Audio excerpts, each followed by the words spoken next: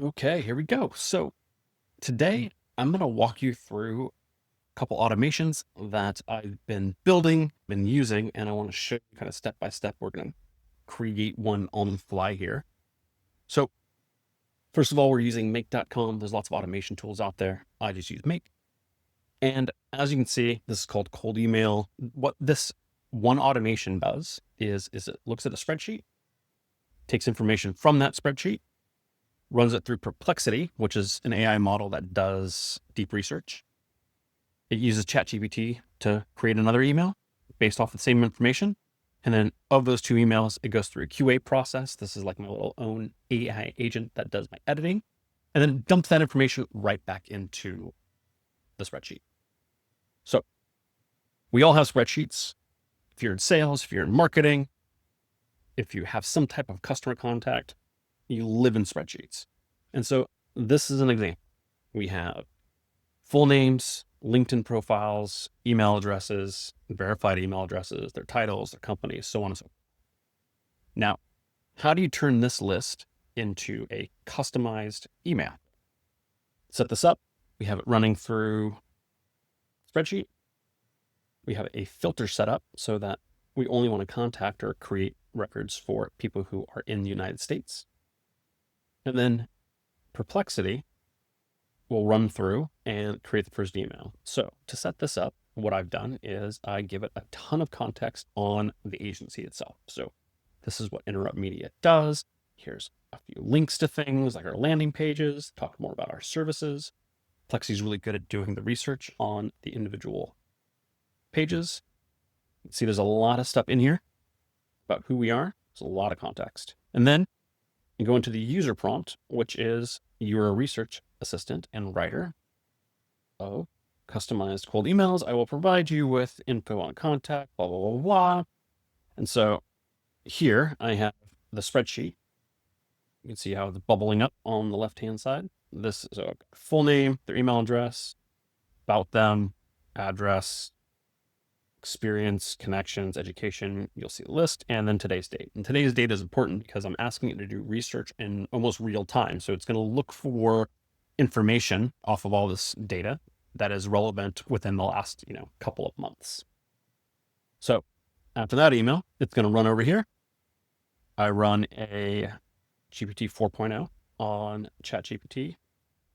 I give it a simple instruction. You are a cold email specialist. Your objective is to write a cold email, 4 to 6 sentences. So one of the key differences between this one and the one before it is that I give this one a little bit more constraint on what the final output is. So 4 to 6 sentence email, as opposed to this one will be a lot longer, you'll see. And then the QA process basically is running a lighter version because it's not crunching as much data. And all I'm doing is saying, hey, based off of the information that I'm going to give you, I need you to make sure that email is written in a very specific voice and tone and using very specific information. And so then it's using email from there as well. And then it's going to dump it all back into a spreadsheet. So all that being said, let me show you what this actually looks like. What I want to do is create individualized emails, each of them, because me sending an email to Scott or Sabrina or whoever saying, hey, Scott, I see you work at this company. Let's have a conversation. Isn't really going to work. So when I run it, it's going to first validate that they were in the United States. If they are, it's going to move here. And now it's going to write the email. So that's written. It's going to go to this one. It's going to write the second email. Done. Go there. And then it's going to come back into the sheet. And it's going to keep doing this. So if I look at record number 1, we are looking at states rolling North Carolina. Here is operation 1, choices, content. So Alicia, let's discuss scaling demand generation at Sync Fusion. All right, so that's the first email. It's still going through. It's at 3. Here are some examples. Let's get down to Alicia really quick. There it is. So the first email, subject line, here's the body. Hi, Alicia, came across company's impressive journey, supporting over 1 million developers, robust UI. So it's pulling from all of that data. It's probably looking at their website, their experience in driving growth, innovation as the VP of marketing. I'd like to explore how we complement your efforts.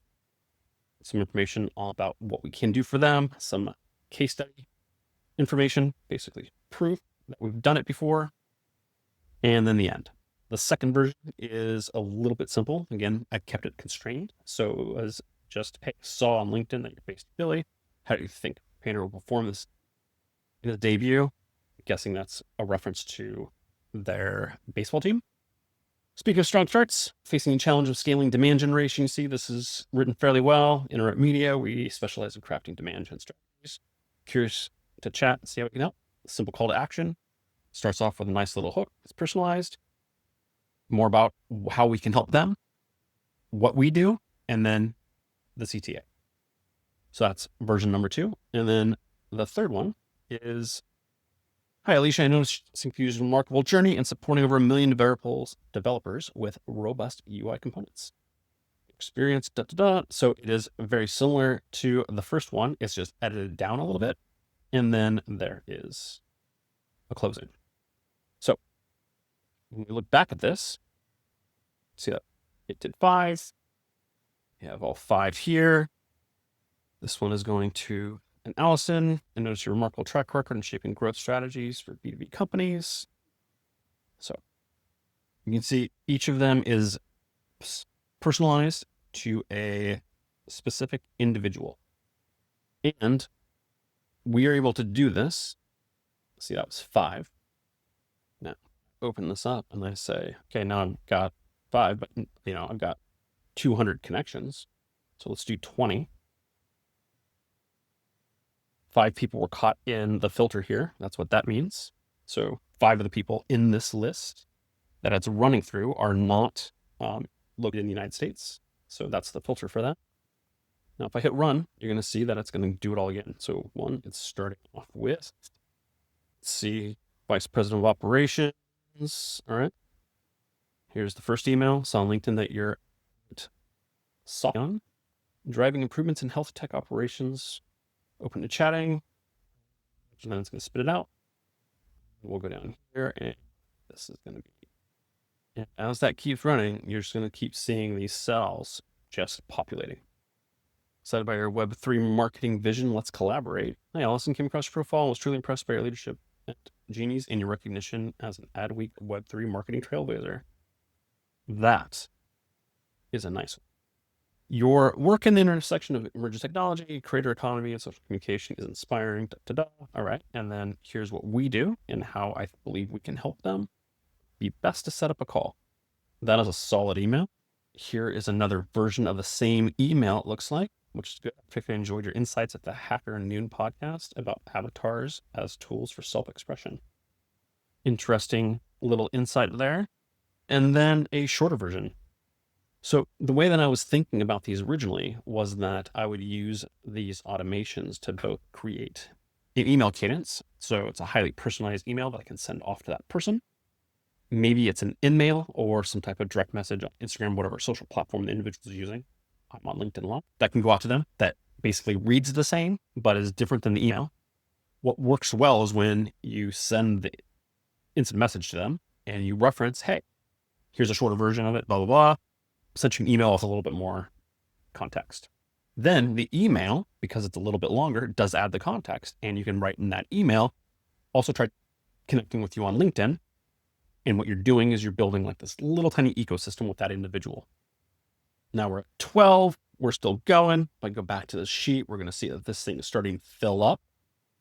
I'm following chronicles from Chronosphere, and it's clear you've mastered creating content that not only drives pipeline, your leadership in crafting impactful narratives around cloud native observability. We specialize in helping. So this is very wordy, but that's okay. Always edit these things down. Here's the shorter version. Notice you're leading demand generation. Finding it tricky to boost high quality leads. Again, super simple. And then the original email, which actually looks pretty good. Not a big fan of it including a time. And so what I can do is I can show you quickly how to get rid of that. So inside of here, now that it's done, I can say, this is the first one. So let's see what's going into the first one. All right. So it is And personalization, that's the Perplexity. So inside of Perplexity, what I want to do is there's all the context on the businesses I mentioned. If you need to do this yourself, this is all I did to create this document. I basically went to the homepage of the company, copied all of the text, just Control A everything and Control C, and then dropped it into ChatGPT as a paste and said, I need you to explain to me what this company does. And it basically just wrote this thing for me. All right. So here's the information, today's date, research assistant, customized cold email with intent. Okay. And at the end, what I will do is say, do not suggest a specific date or time.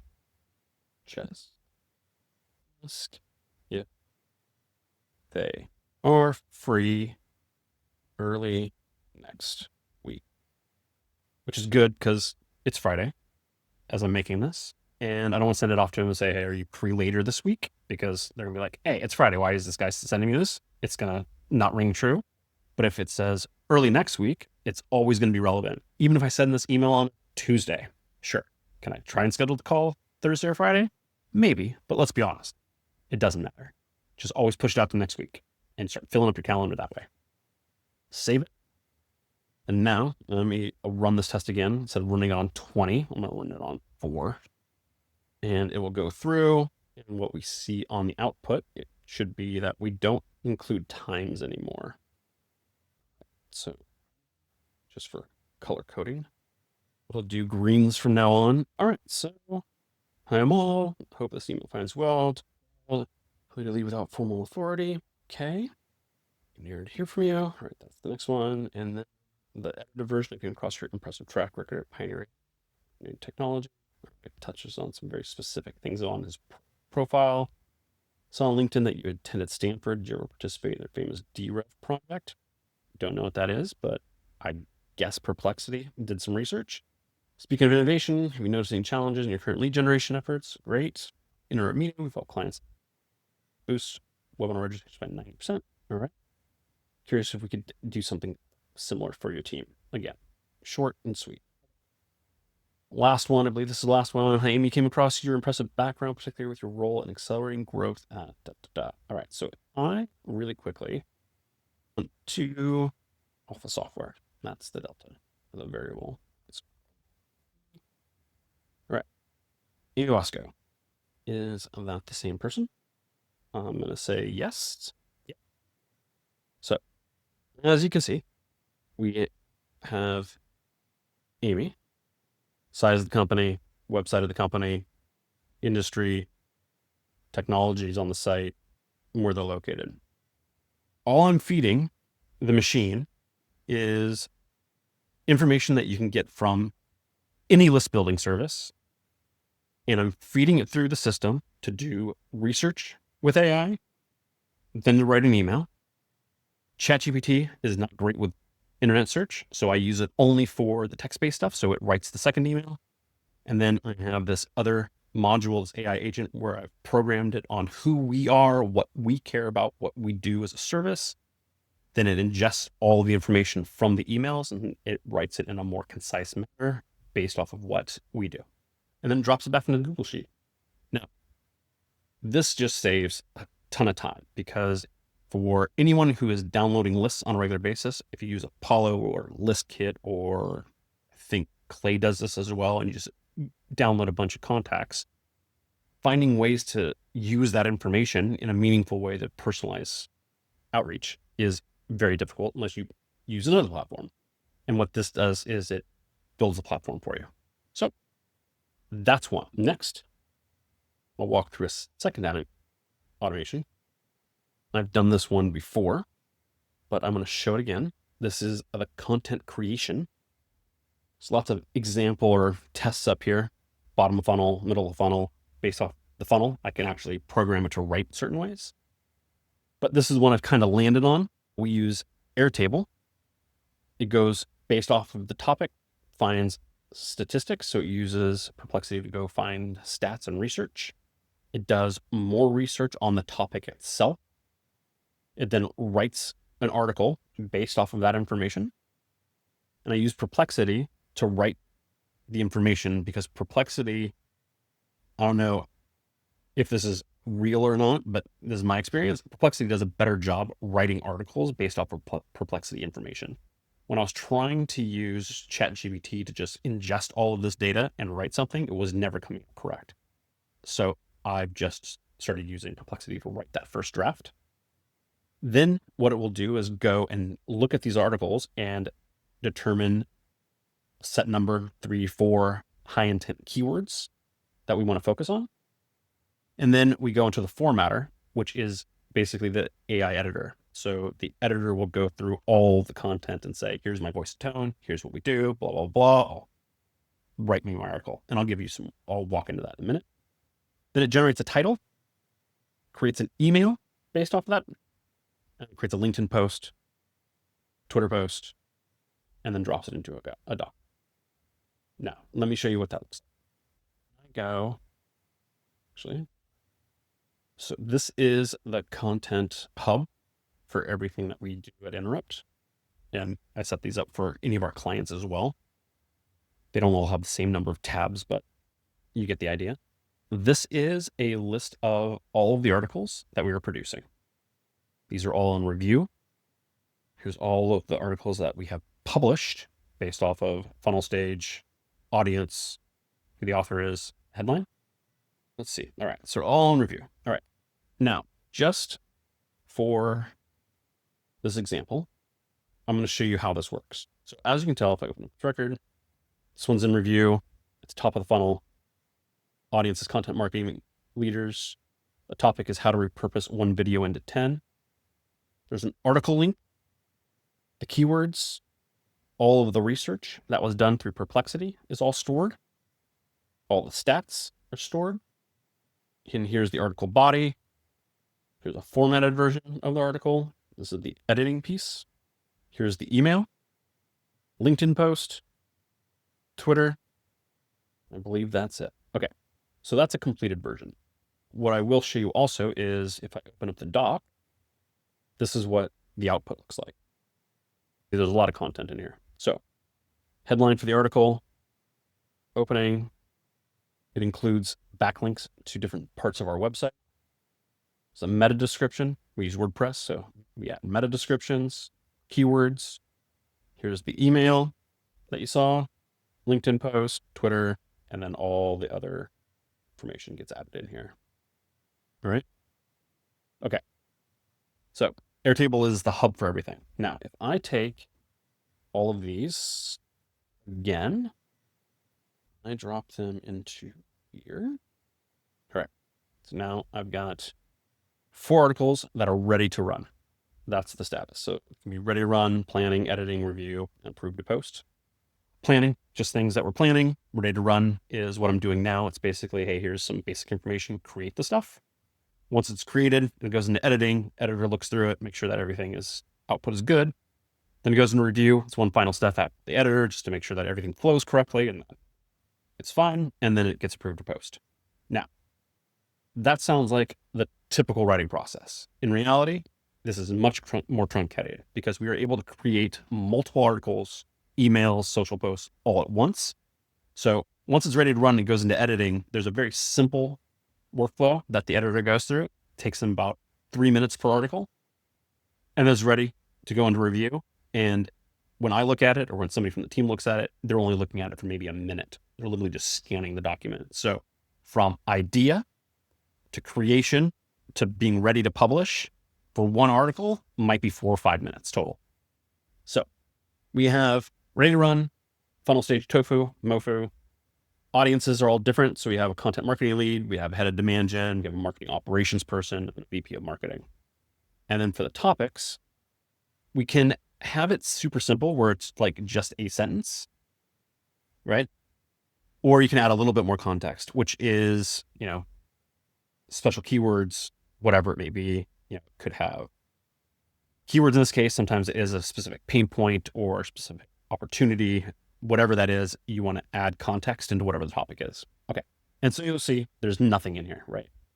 These fields are all empty except for these. Now, if I go back in here and I say, ready to run, Airtable. Let's see how many it's going to run through. It's going to run through 20, so it's going to do them all. So it found it. This is ready to run. How to repurpose one video into 10. You see, are you wasting your best content? Okay. So it's got all the content. It is now going through Perplexity to figure out all the things. I can show you what that looks like as it's running. So based off that topic, content to repurpose one video in 10, repurpose the video content. It's looking through published websites, finding background information, other reference points, key information that it wants to go through. This one is doing something similar, a little bit different. Those are the citations. It's basically just formatting the information differently. It might actually pull from the same sources in some instances. I ask it not to, but I'm not going to stop it. And it just basically creates another listing of different types of stats around these sources, creates the article, understands keywords. So these are the keywords that it did for the first article. This part, this agent that does the formatting, which is basically the editor. Here's what we are. Here's what we do. Here's how I want to talk to people. Here's the way I want you to say things. It's a lot of information. So this one takes a little bit longer. Speed this up. And while that's running, what you're going to do is you're going to see we have 4. One of these is going to start filling up, and then it's going to get changed to editing, and it's going to get popped out. I go back in here and say, I just want editing. This one takes a while. Probably streamline this a little bit. I'll show you what the code looks like after this thing is done running 1 or 2 articles and show you kind of what the back end of this is. Okay, so that finished that, and it moves pretty quickly. Created a blog title, maximize engagement with effective content repurposing tactics. Now it has that, it has the article. It's now creating my email. And as you can tell, there is still 4 here, and there's no information in here. As it generates the LinkedIn post based off of all that information, it then goes into creating a tweet. I use the Twitter post for Blue Sky and some other platforms as well, because it's just a shorter form. And then it creates the doc, and then it goes back into Airtable and drops all of the information back in. So now if I go back in here, you'll see this is editing. Article link, keywords, research, article body. All right. Let go. So it went through all of that information, it found what it needed, and it created a document.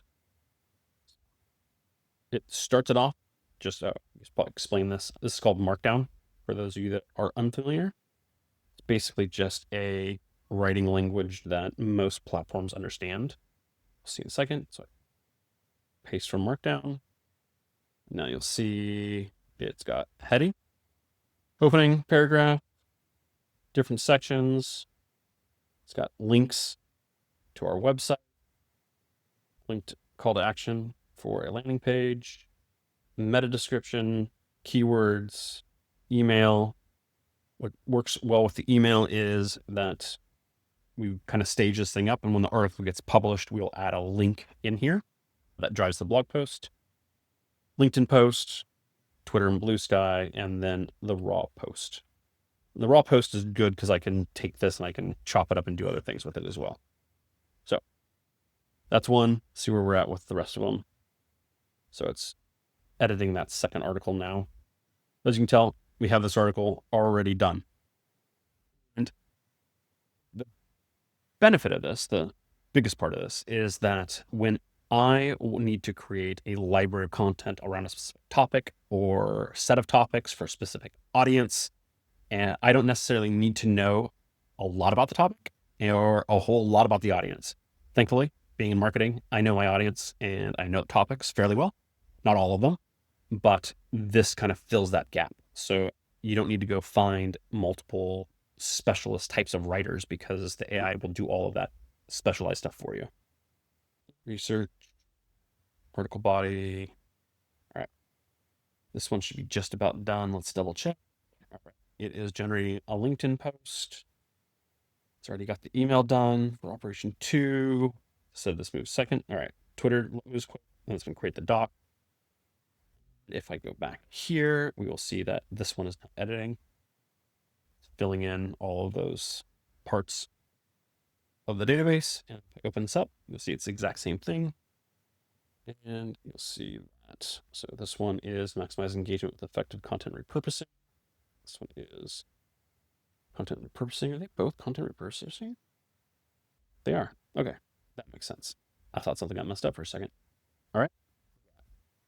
Links to different blog posts, so boosting pipeline, ROI. All right. While that's running, I'm just going to let it run. Well, actually, I can't. So I'm going to show you what happens behind the scenes here. All right. As I said, starts an Airtable, looks for something that's ready to run. On the stats side, using Perplexity, prompt I have is find research trends and stats on the topic. So it's the one thing that I give it. I give it a 12-month timeline of today's date. You have to be specific. For each article, include full URLs. So I give it some basic URLs. So, our own blog, SEMrush, marketing charts, Bright Edge, Sicyon. I mean, some of the bigger names in the space. Content links. So you can tell this prompt is fairly easy. It's, hey, I just need you to do some research and here's some information. This is what I want you to output. So what is it? The title of it, URL, publisher, and a summary. Okay, that's all that one does. The second one, list-based title, directly listing key stories covered, method, extract main themes or key takeaways from each section. Begin with a brief introduction, objective, content links. Again, I'm feeding it the URLs that I want to try and start with. It doesn't mean that those are going to be what it sticks with, but at least gives you some context on the starting point.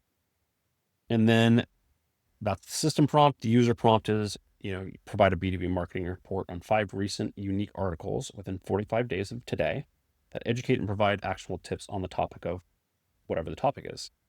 And here's an example of what the output is. So that's that prompt. And then from there, it is going to write the blog post. So it's going to say your initial instructions on how to behave. There's some very specific non-AI sounding stuff in here. It makes it sound more human. That's the system prompt. And then the user prompt is I need you to write an 800-word article. Telling it how many words is actually very helpful. Here's the topic. Here's the audience. And here's the research. So all I'm giving it is a topic. The audience is going to. And here's some context, some other research that you just did. And now write the article. And I want you to include some backlinks. I want you to also follow these anti-LLM kind of sound like a robot terms. And it creates that article. Keywords, again, this is super simple. I'll show it to you, but it's not really that impressive. It's literally, hey, look at this and find me some high intent keywords based off of the information. Formatter, this is one that takes all the time. So what we're looking at here is, it's going to be a long one. So there's two assistants and a user. It's not actually that long, but I'll show you. So assistants are basically here's some context information, basically working in the background just to feed it stuff before it gets to the user prompt. So first assistant is, this is the context of my business. And I just drop in all the information. If you want to see what that looks like, I believe that's this. So again, I copied and pasted the website, dropped it into ChatGPT and said, give me some information. Gave me all of this on the company, what we do, who we do it for. So that's all of this right here. Second assistant, you're an expert editor. Here's the audience. So it knows the audience. It knows what the topic is. Strict context follow. You are an INTJ. I use that because I am an INTJ and I might be biased, but I believe that INTJs think in a very specific way. And I could probably change this around to see if it does anything different, but I just use this because for whatever reason, when I read it, it makes more sense to me. Not that I'm the primary audience here, but I haven't seen anything different or wrong with it yet. Keep things to 7th grade reading level. Some people debate going between 6th and 7th grade. You obviously don't want to have it too high because most people just don't read it at that reading level, unfortunately. Do not use opening phrases. This is the thing that usually gets most people when it comes to their AI content. Competitive landscape, the fast-paced world of blah, blah, blah. Let's get rid of all of that.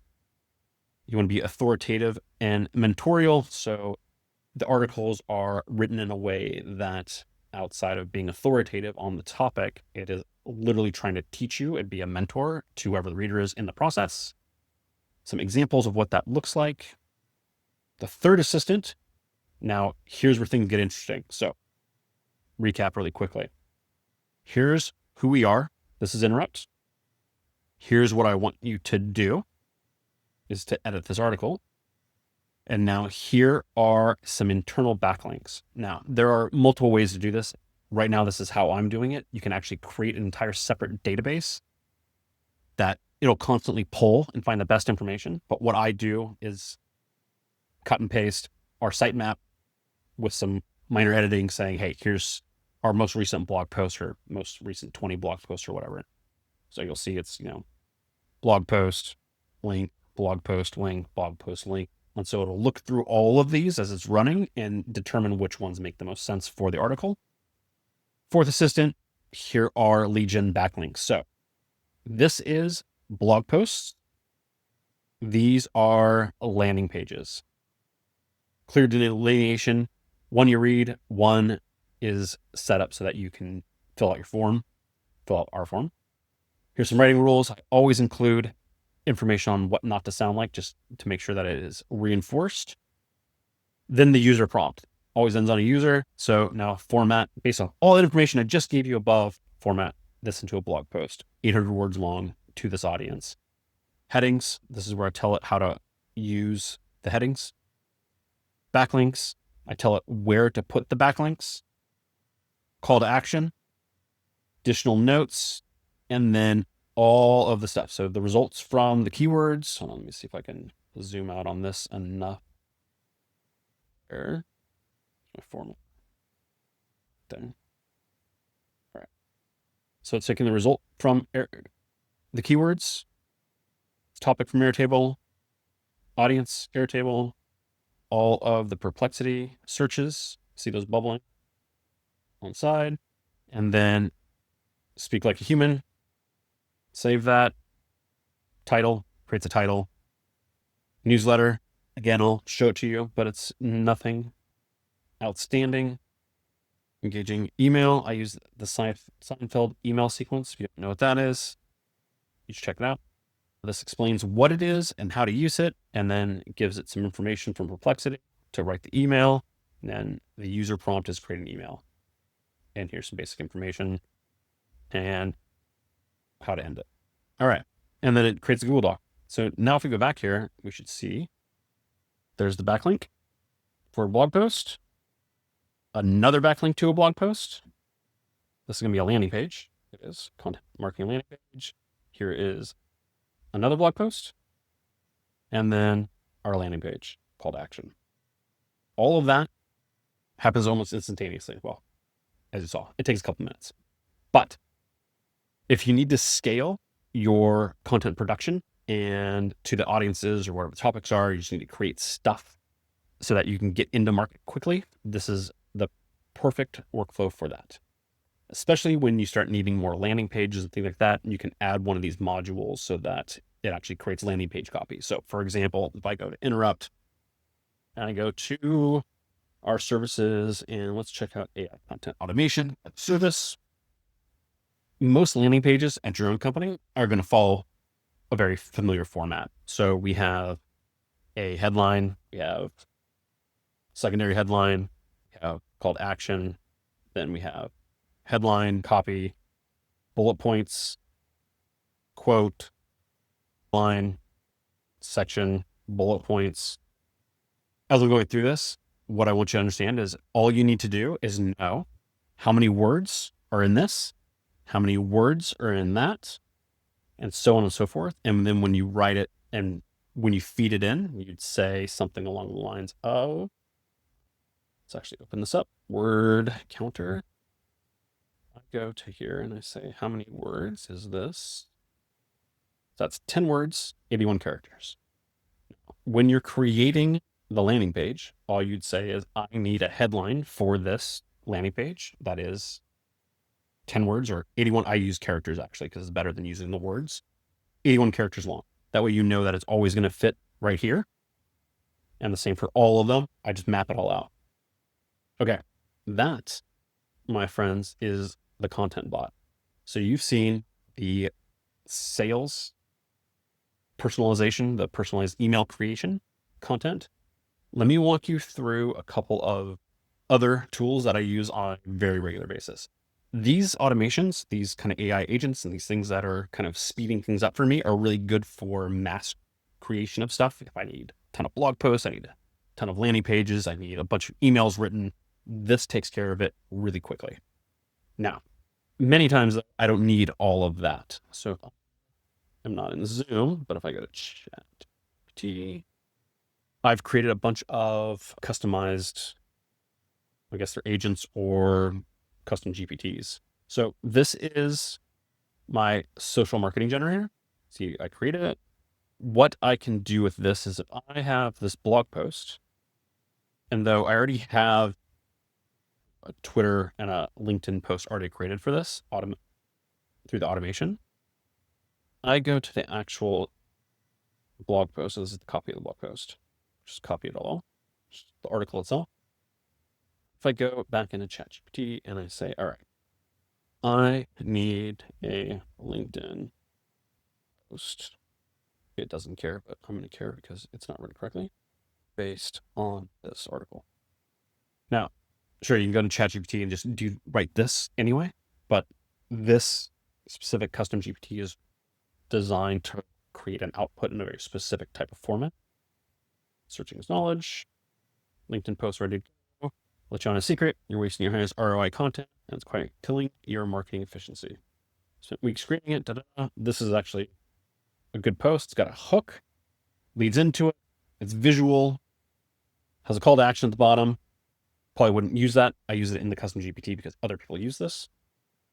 And then I would basically just copy this, drop it into LinkedIn, and then link to the article. So that's the social marketing one. In fact, if you want, well, I can't show you here because it's not that account. Versatile content creator. So emails. One of the things, again, as I mentioned, automation can create emails on the fly in mass.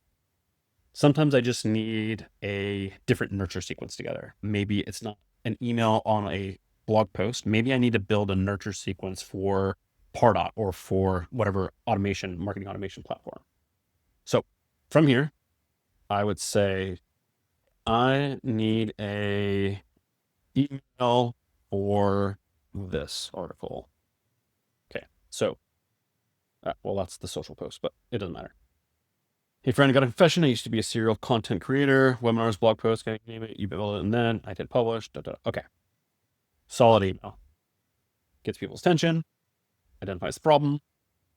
Now, do I want it in a soap opera sequence? Hey, why not?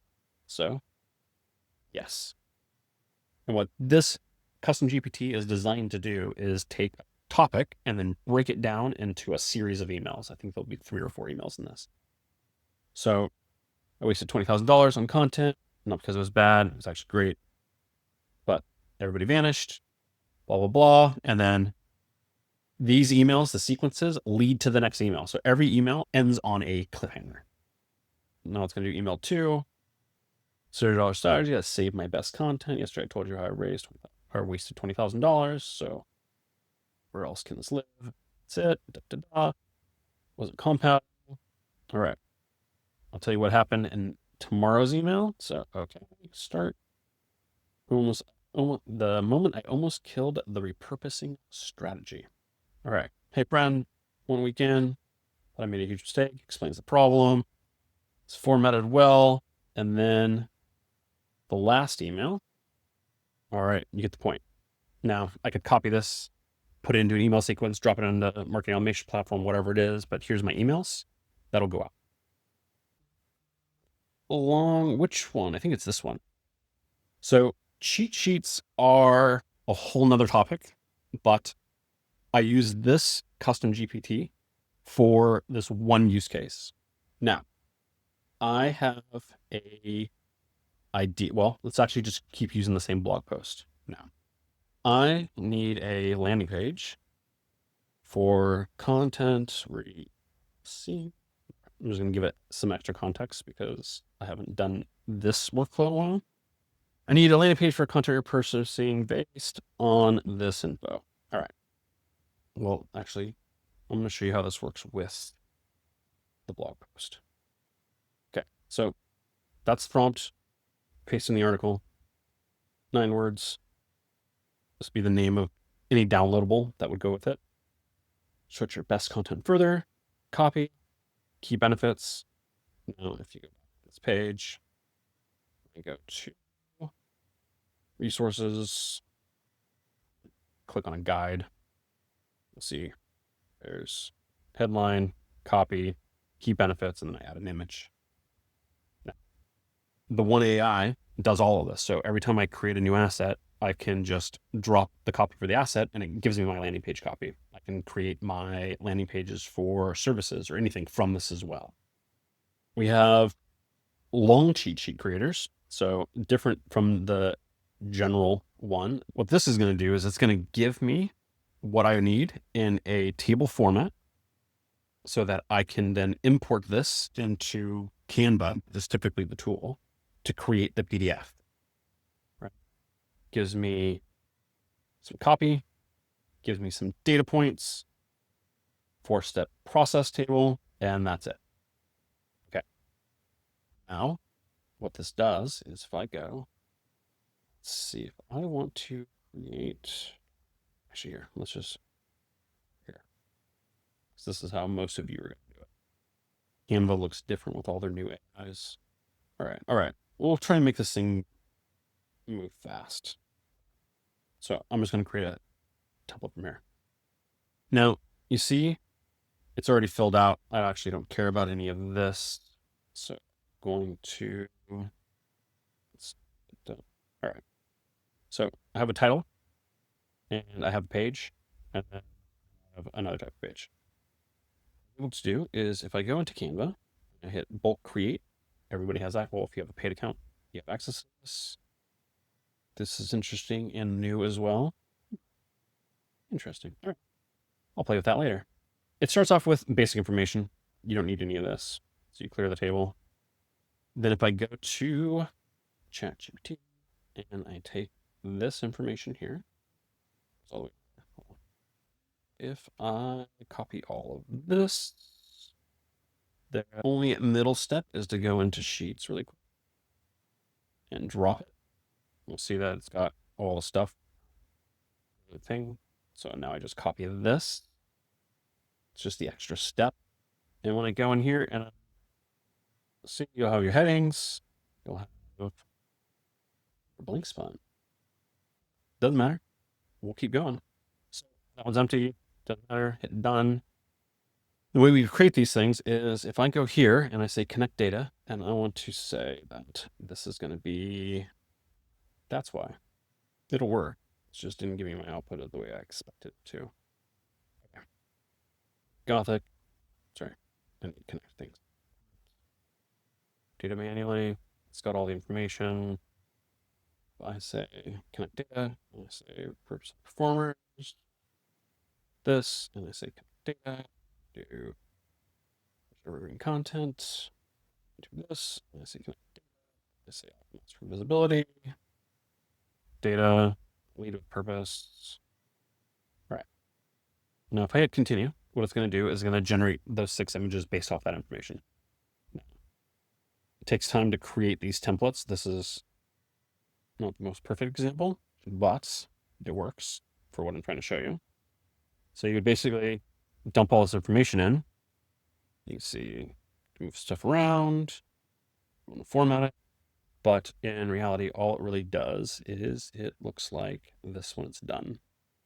We have some templates that we use on a regular basis. So this is one of the carousels. So we'd have a title, and then that would be one of the headings, one of the blocks of text, recommended approach, and a strong example, as you'll see in chat.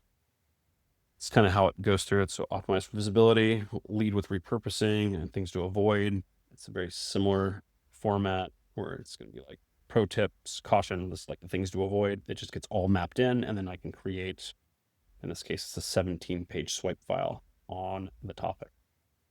All right, that was a lot. So creating customized cold emails to people that you just have in a spreadsheet, done. Creating content at scale, articles, emails, social posts can be totally automated for you as well, based on any topic to any audience at any stage in the funnel.